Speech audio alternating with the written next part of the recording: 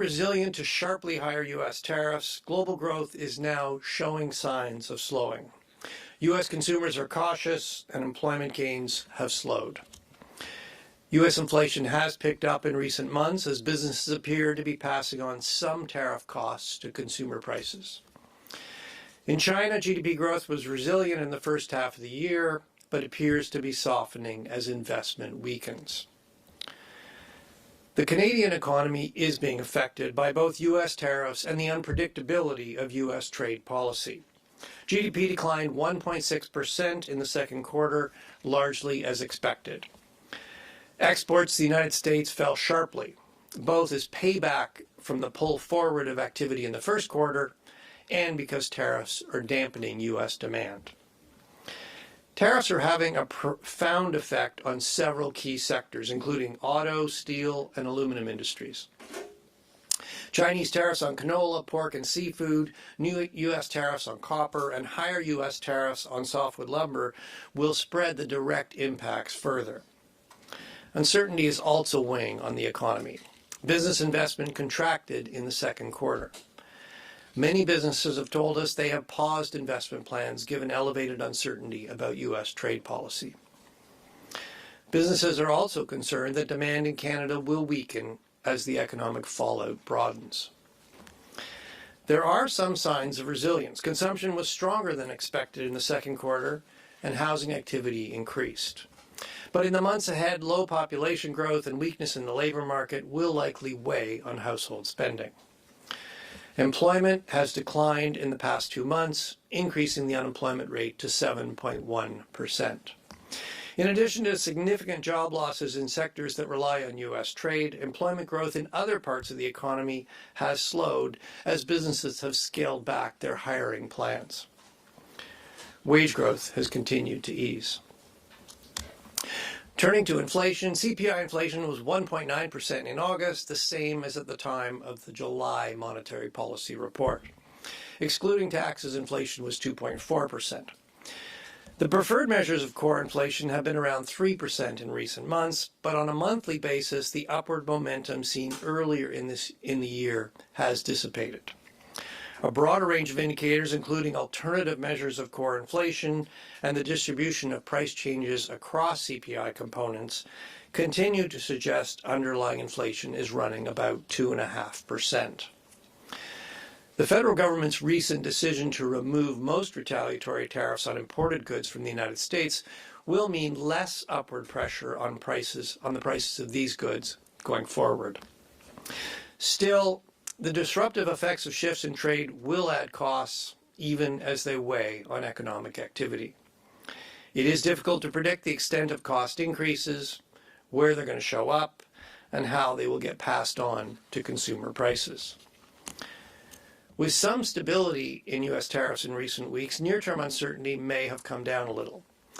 But the focus is shifting to the upcoming review of the Canada-United States-Mexico agreement. And new U.S. threats to use tariffs as an instrument of geopolitical pressure are also contributing to global uncertainty. Lors de cette décision, le consensus était clair. At the time of this decision, there was clear consensus to lower our policy rate for the first time since March. We will continue to assess the impacts of tariffs and uncertainty on economic activity and on inflation. We are focused on ensuring that Canadians continue to have confidence in price stability throughout this period of global upheaval. We will support economic growth while ensuring that inflation remains well controlled. At this rate decision, there was a clear consensus to lower the policy rate for the first time since March. We will continue to assess the impacts of tariffs and uncertainty on economic activity and inflation. We're paying particularly close attention to a few things: how exports evolve given the impact of U.S. tariffs and changing trade relationships, how this spills over into business investment, employment, and household spending, how the cost effects of trade disruptions and reconfigured supply chains are passed on to consumer prices, and how inflation expectations evolve. We are focused on ensuring that Canadians continue to have confidence in price stability through this period of global upheaval. We will support economic growth while ensuring inflation remains well controlled. And with that, the Senior Deputy Governor and I would be very pleased to take your questions. Okay, thank you, Governor. We will go to questions now. We'll start with the reporters who are here in Ottawa at the bank, and then we'll go to those who have joined us remotely. As usual, I'm going to ask people to please limit yourself to one question, and that way we can get to every media outlet and everyone will have a chance to participate. If I forget to do so, please state your name and affiliation. For those in the room, please press the button on the microphone in front of you to activate it. That way everyone will be able to hear the question, and then press it again to turn it off once you are done. Avant de poser vos questions, veuillez-vous identifier. Of course, please identify yourself before asking your question, and as always, feel free to ask your question in the official language of your choice. Here in the room, and I'm going to call first on Paul Vieira of the Wall Street Journal. Good morning. Was there a lack of conviction among senior Bank of Canada policymakers that the easing in inflationary pressure is sustainable? And is that why your guidance today is rather cagey? You're reading a lot into that, Paul. Look, there was a clear consensus to cut our policy rate by 25 basis points. As we have for the last couple of meetings, we consider two alternatives: hold the policy rate where we are, or cut the policy rate. I think, what tipped the balance really in favor of a cut this time was there was a clear sense that the balance of risk has shifted, and I outlined the main reasons for that. Labor market has softened further. On inflation, the inflation picture hasn't really changed a great deal since where we were last January. Total CPI inflation came out yesterday, 1.9%, where it was in the data we had at July. CPI ex tax came out 2.4 yesterday. I think it was 2.5 in July. If you look at our core measures, they remain, or the preferred measures of core, trim, and median, they remain around 3. I think if you look under the hood, though, what you can see is that, earlier in the year we saw some upward momentum in those core measures. If you look at the more recent monthly readings on the core measures, that momentum has come off. Yes, if you look at the inflation data, there is some more comfort that some of those upward pressures we saw in underlying inflation are easing off. There's still some mixed signals there, and I indicated, we know tariffs are disrupting trade. We know businesses are looking for new suppliers. They're looking for new markets. That is bringing new costs. So, we're going to be watching those costs carefully and how those get passed through. So, I think, the guidance really is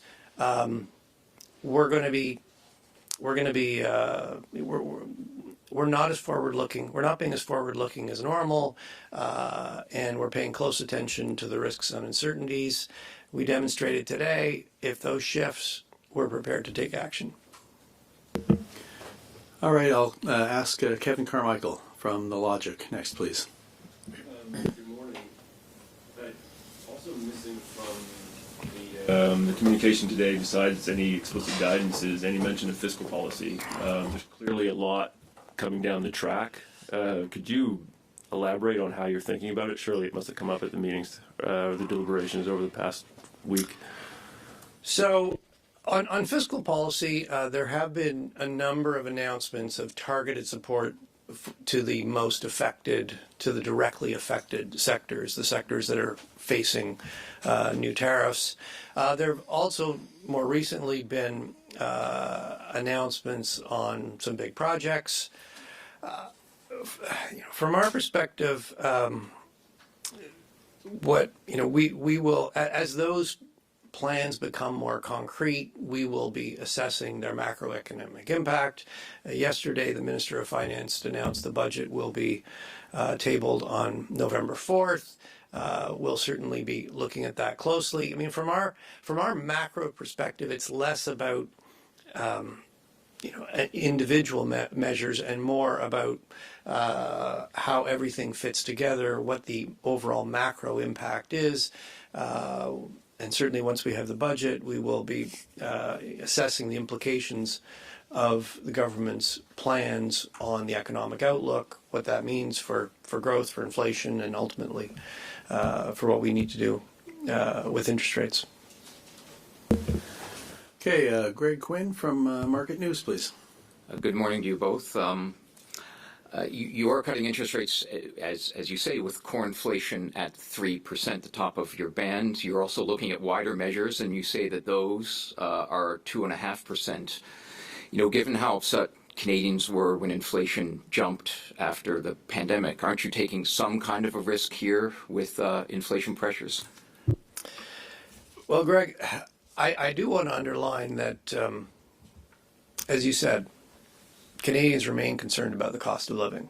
And our primary mandate is to maintain low, stable inflation, and we are very focused on that. I mean, total inflation is 1.9%. It's been running slightly below 2 since April, largely as a result of the elimination of the consumer carbon tax.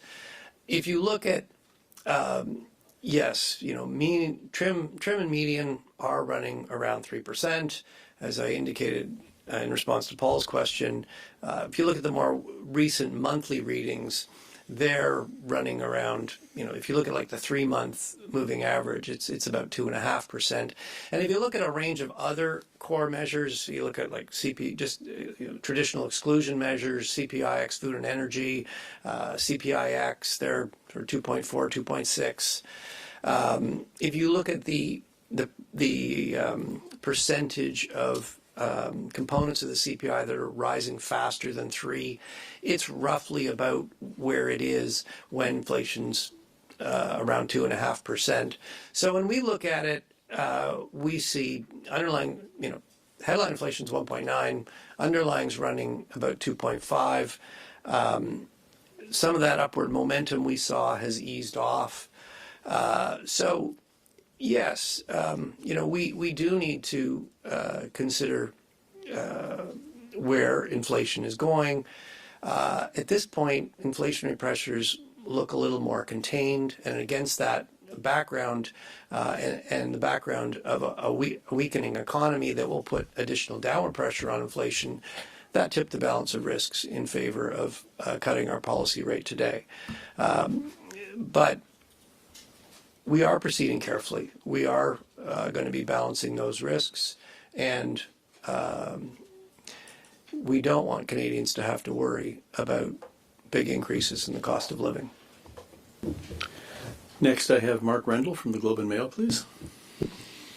What would you need to see on the inflation front and on, the economic and employment front to cut again this fall?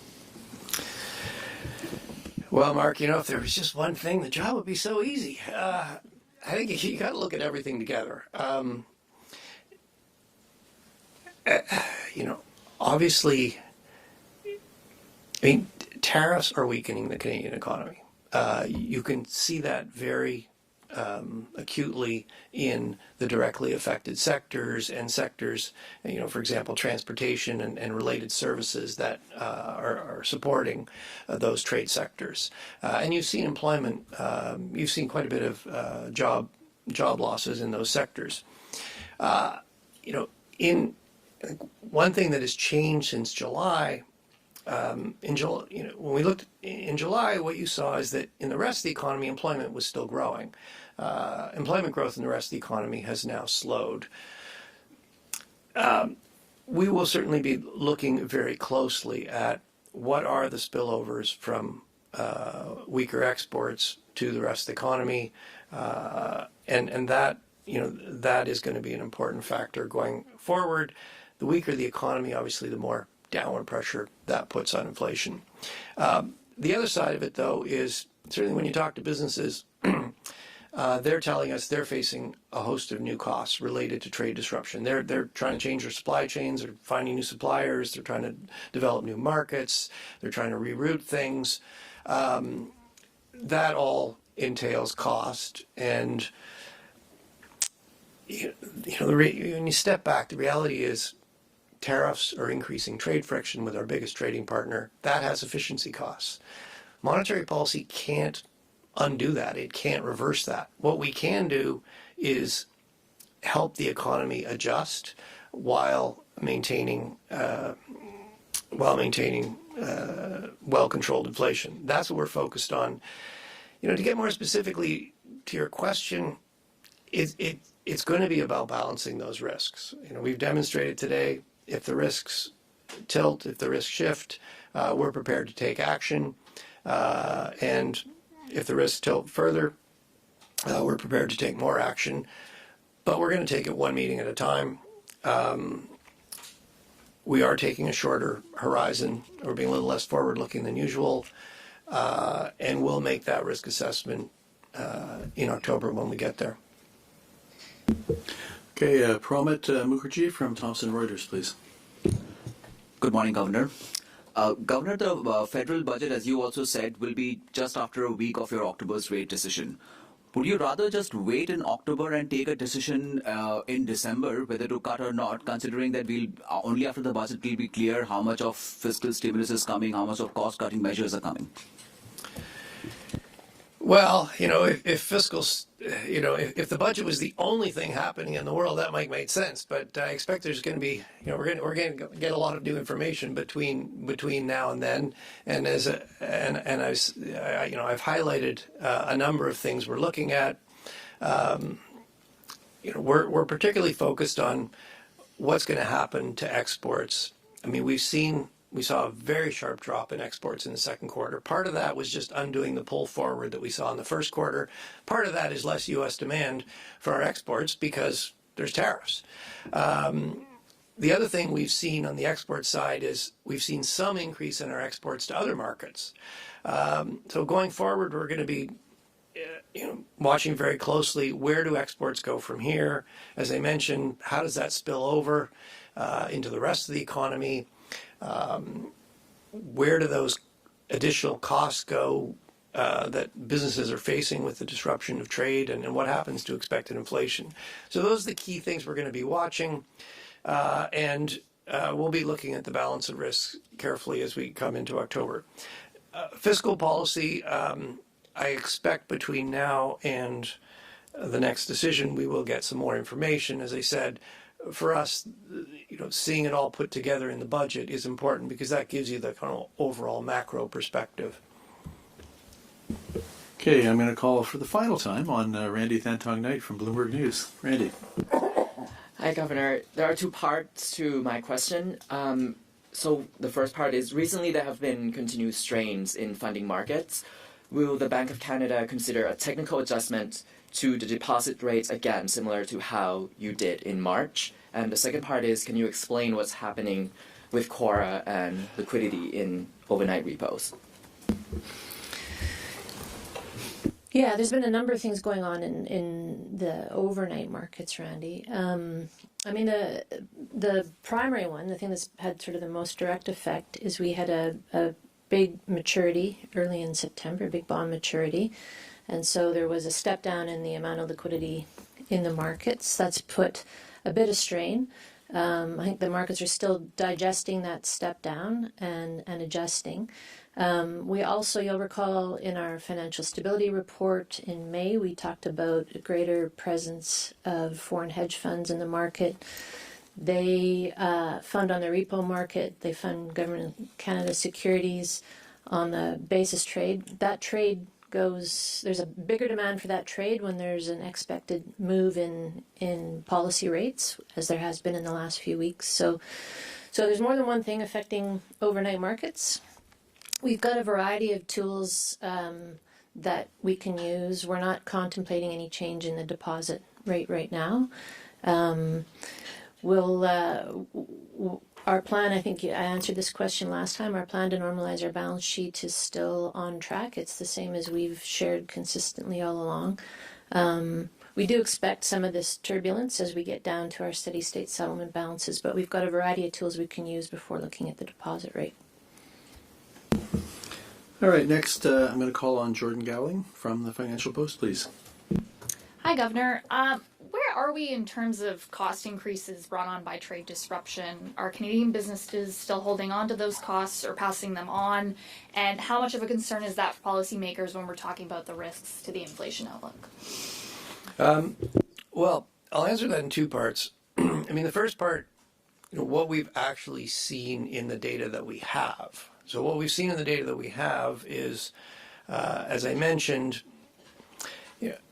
inflation hasn't changed much since where we were in July. If you look under the hood, the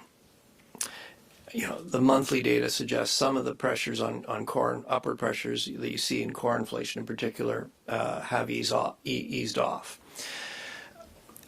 With respect to Canada's counter tariffs, you can see, you have to look pretty hard, but you can see some effects of those counter tariffs on the prices of some goods. You see it mostly more clearly in food. Food's perishable, so it gets passed on fairly quickly. Canada has now dropped most of those counter tariffs. So, going forward, what that means is, you'd expect those prices to come back down.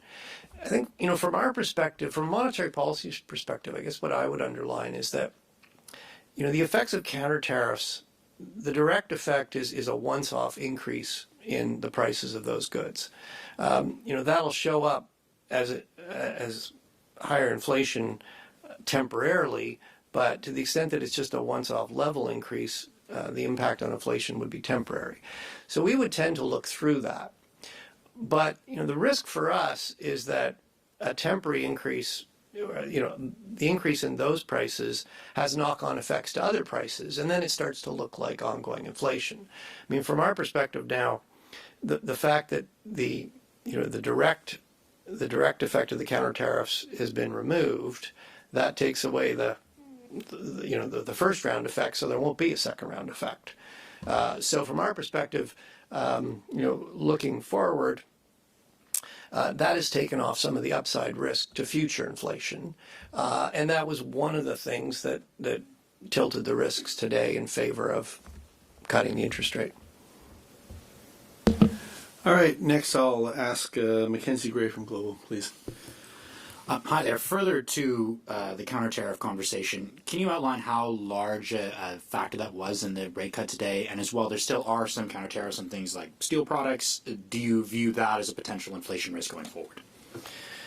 Well, I want to underline that, we're looking both at the inflation data we have and the future. And, as I just responded, the inflation data we have, what you see is that inflation has not changed very much since July.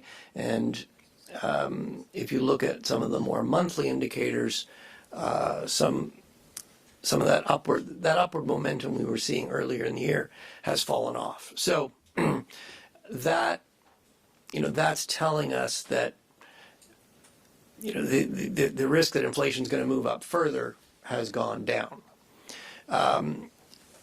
The removal of the counter tariffs reinforced that because, as I just mentioned, it takes some upside risk off future inflation. So those two things together are telling us that the upside on inflation is looking more contained, and with an economy that's weaker, that all tilted the balance in favor of cutting today. So I think you gotta look at how these things sort of fit together and reinforce each other. It's not one thing; it's a combination of things. Okay, I've got two or three more here in the room before we go to the phones. Mike Lockacher, CTV. Governor, thank you very much for taking our questions. In a post on X, Ontario Premier Doug Ford responded to your decision today by saying, "Good, now keep going." I want to get your reaction not only to that, but also to ask you about how live the discussion was by Governing Council for an even deeper cut than you did today. Well, look, on the first point, we take our decisions independently of the political process. They are evidence-based decisions that will continue. End of story. On the second point, we did discuss two options, but as I indicated, there was a clear consensus across the Governing Council that the balance of risks had tilted in favor of reducing the policy interest rate, and I think I've outlined the reasons why we got there. Okay, Colin Daiichi Mishima from Nikkei, please. Hi, good morning, governors. Looking ahead, if the Canadian economy fails to recover even as rate cuts continue, is there a possibility that the Bank of Canada might implement quantitative easing? Would Trump tariffs qualify as the kind of exceptional circumstances that would justify QE? Well, look, we're a long way from even contemplating that. We've got considerable room with our policy rate. I think what I would emphasize is if you go back to where we were in July, we published 3 scenarios for the Canadian economy. In one based on current tariffs, another one with an escalation of tariffs, and another with a de-escalation. If you take the current tariff scenario, which is roughly the tariff scenario we're still in, we're not expecting a recession. Growth was clearly negative in the second quarter. We are expecting growth, somewhere around 1% in the second half of the year. So that is slow growth. It's not going to feel good. It is growth, but it's slow growth because growth is. The Canadian economy is adjusting to a different relationship with its biggest trading partner. In the escalation scenario, where there's a significant escalation of tariffs, U.S. tariffs, in that scenario, the Canadian economy does go into recession, and certainly the situation would be worse. Having said that, I still think we'd be a long way from quantitative easing, and obviously in the de-escalation scenario, things would look better, growth would be stronger, you'd get more of a recovery. Okay, before I go to the phones, I just want to check with CP. Yeah. Okay, Craig Lord, please, from Canadian Press. Thank you, governors, for taking our questions. At this point, with the budget coming in November, you will make the majority of your decisions without a federal budget in place this year. How much of the uncertainty you're grappling with is tied to the U.S. trade policy, and how much is tied to fiscal policy? I think I've said almost everything I can say on fiscal policy, so I can ask the senior deputy governor to say something. I'm not sure what I can add. I mean, the governor's previous answer on fiscal was clear. I mean, it's one of the things we consider. It's not the only thing. There's a lot going on in the economy right now. There's a lot of uncertainty. We'll have the budget in November. We'll have another decision before the end of the year. We'll have some time to digest the budget, and it'll we'll be able to give you a sense of how we've assessed it, probably in our last decision in the year. The only thing I would add is that tariffs, particularly the way the U.S. has implemented them, the tariffs in place in the Canadian economy are applied to very specific sectors: steel, automobiles, aluminum. You've got Chinese tariffs on canola, pork, and seafood. You've now got higher U.S. tariffs on softwood lumber, tariffs on copper. For the rest of the economy, for other sectors, actually tariffs remain very low, providing your business is compliant with CUSMA. So the impacts are very concentrated in these sectors that have been hit and the services that are servicing those. Monetary policy is a blunt instrument. We can help the overall economy adjust, but we can't target individual sectors. Fiscal policy really is a much better instrument for that. And there have been a number of targeted measures to support those sectors. And then, there's sort of a broader industrial strategy or a broader strategy, or how are we going to adjust to the reality that we're going to have a very different trading relationship with our biggest partner? How do we grow our internal market? How do we, get goods overseas? Those things are going to play out over longer periods. But it's all those things. So we will be looking at the what fiscal policy. What fiscal policy is doing. We'll take that into account as we take our decisions. As I said, the most monetary policy can't undo the effects of tariffs. The most it can do is try to help the economy adjust at a macro level while keeping inflation well controlled. Okay, I've got 3 reporters on the line. You've all done this before, but I'll just remind you to come off mute only to ask your question, then go back on mute as soon as you're done. That way everyone can hear the response. Let's start with John McFarlane from Yahoo Finance Canada, please. Hi there. Thanks so much for taking our questions. You've said the bank is watching developments over a shorter horizon than usual. And there was talk as rates were being increased a few years ago that changes can take a year or more to work through the economy. So I want to know how you're thinking about lag effects in the present context, given the trade shocks seem to be having fairly immediate effects. Well, you're right. Monetary policy still works with a lag. That hasn't changed. So, yes, we do need to factor that in. I mean, the lagged effects of the cuts we've done over the last year, those we have a pretty good handle on. There's, as Milton Friedman famously said, there's long and variable lags. So, there's always some uncertainty. But, before we got hit with tariffs, we could see lower interest rates. We're feeding through the economy.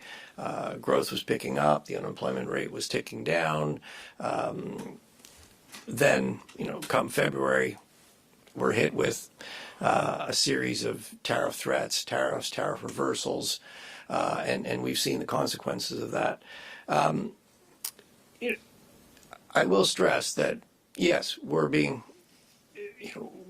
we have shortened our horizon.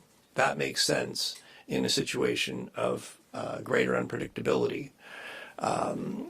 That doesn't mean we're not looking forward at all. We, as I highlighted in another question, we're using scenarios as a way to map out the implications of different tariff policies in the U.S. What would the implications be for the Canadian economy?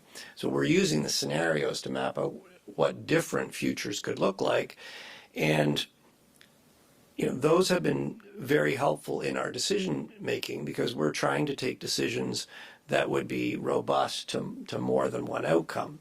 Looking forward, we have seen more stability in U.S. tariffs since July. In that sense, at least, some of the near-term kind of general tariff uncertainty has declined. As I mentioned, outside of the affected sectors, tariffs remain low. If that stability remains, I expect we will be able to get back to a base case projection in October. We'll see. Certainly something could happen to throw us off that plan, but let's hope this stability continues and there's enough predictability that we can revert back to a baseline forecast. Okay, next I've got Rob McClister from Mortgage Logic News, please. Good morning. History has shown that inflation can significantly exceed the 2% target for a while, despite slowing growth. Are there any foreseeable current or upcoming factors that could potentially boost the risk of at least modest stagflation? And if so, what are they and how much of a threat are they? Well,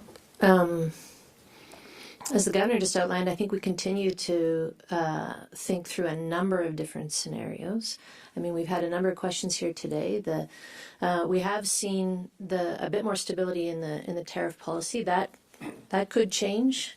We could see new tariffs come on. We could see changes in policy that aren't maybe even directly related to the Canada-US relationship, but are broader.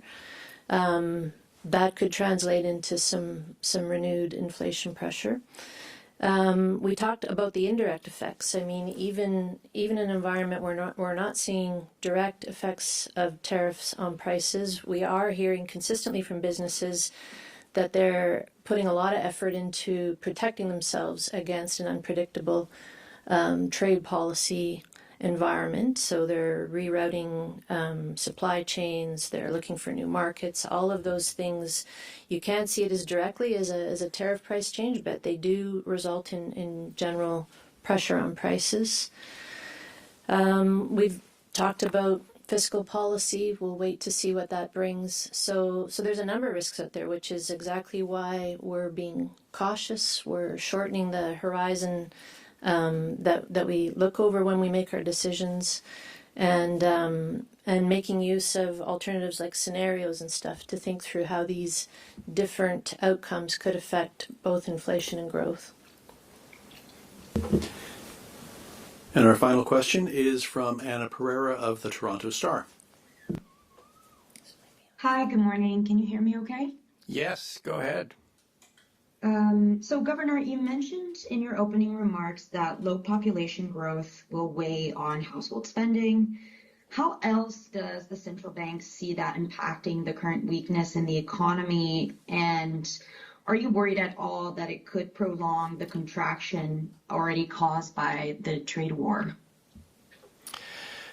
Well, what I would emphasize is that, population growth adds to both demand and supply in the economy.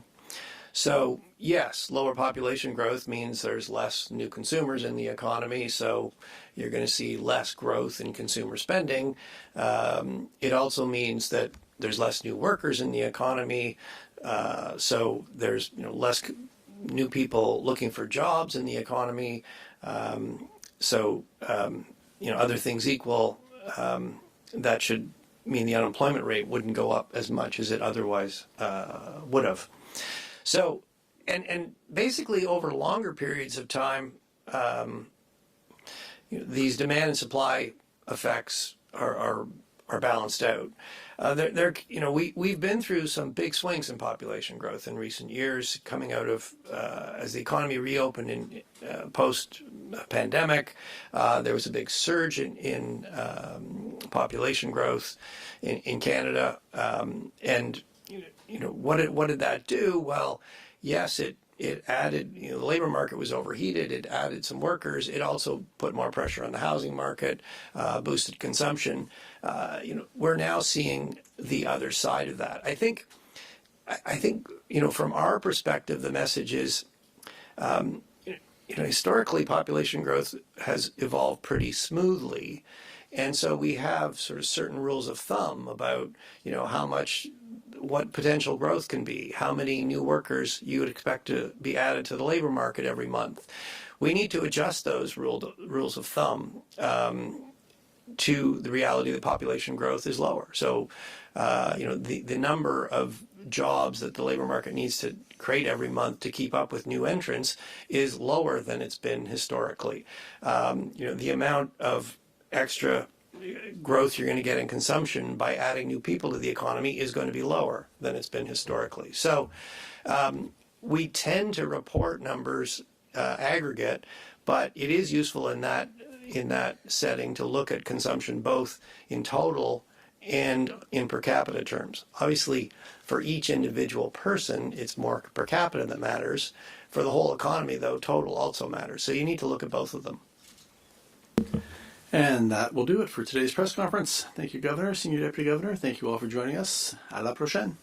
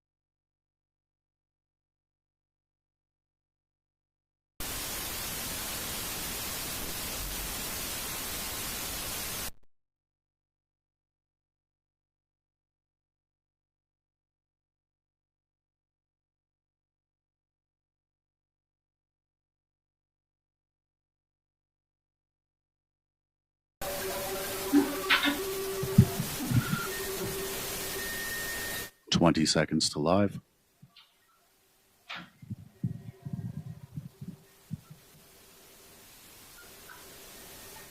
Seconds to live, and 5 seconds to live.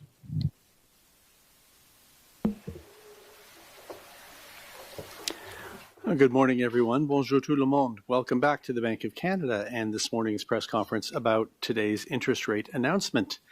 Le gouverneur Macklem va prononcer sa déclaration préliminaire et ensuite on va tourner aux questions des médias. After his opening remarks, Governor Macklem and Senior Deputy Governor Carolyn Rogers will be happy to take your questions until about 11:15 or so. Alors, Monsieur le Gouverneur, la parole est à vous. Thank you, Paul, and good morning. I'm very pleased to be here with Senior Deputy Governor Carolyn Rogers to discuss today's monetary policy decision. Today, we lowered the policy interest rate by 25 basis points to 2.5%. Through the recent period of trade upheaval, Governing Council has been proceeding carefully, paying particular attention to the risks and uncertainties facing the Canadian economy. Three developments have shifted the balance of risks since our July decision. First, Canada's labour market has softened further.